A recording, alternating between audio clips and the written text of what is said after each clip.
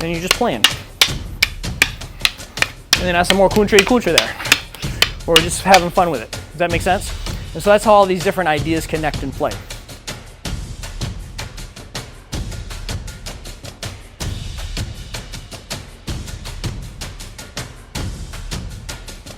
So just to give you a little connection. So some of you guys are familiar with the puño sombrada. Everybody here is now familiar with the hubad. All your sombradas connect, right? And they all lead to like a big connection of patterns that teach you different lessons, and then we break those lessons apart, and then they become individual, and then it becomes into free play, and there's a whole bunch of stuff you can do with it.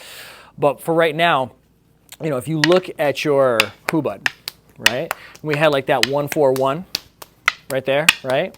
That's also an opportunity here where you could pluck this and turn this into the tappy-tappy sombrada now. Make sense?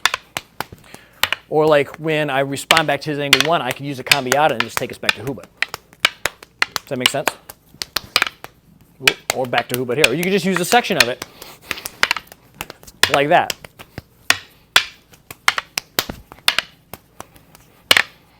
And back into hubad.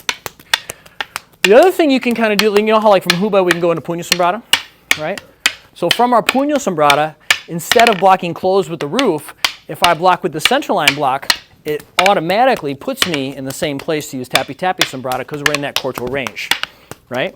And then from here, if I dip the tip down, that takes me back to the roof, and I'm back to puño sombrada again. So if we go back to the tappy-tappy sombrada for a moment, and freeze.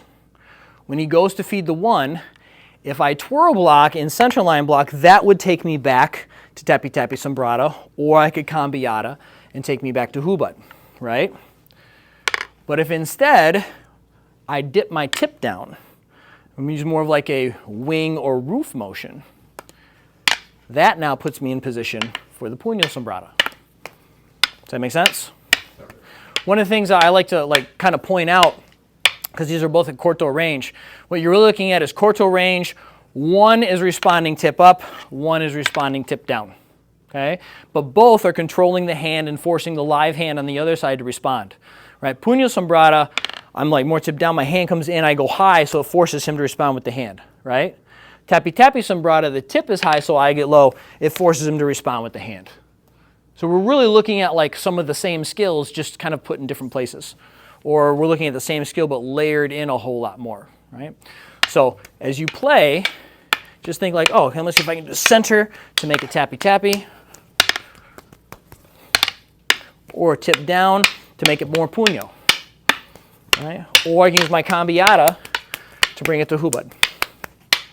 Or I can just back out and I can now make this box sombrada when I go to the medio range.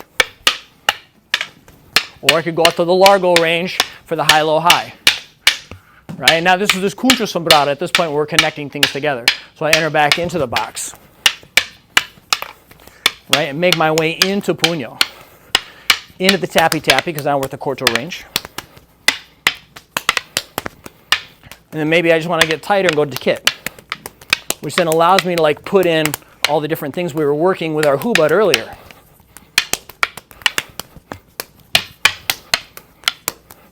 And you're just playing. And then add some more kuntre there. Or just having fun with it. Does that make sense? And so that's how all these different ideas connect and play. So we're just going to give you, I guess we're not. It's lunchtime now. Now look at the clock.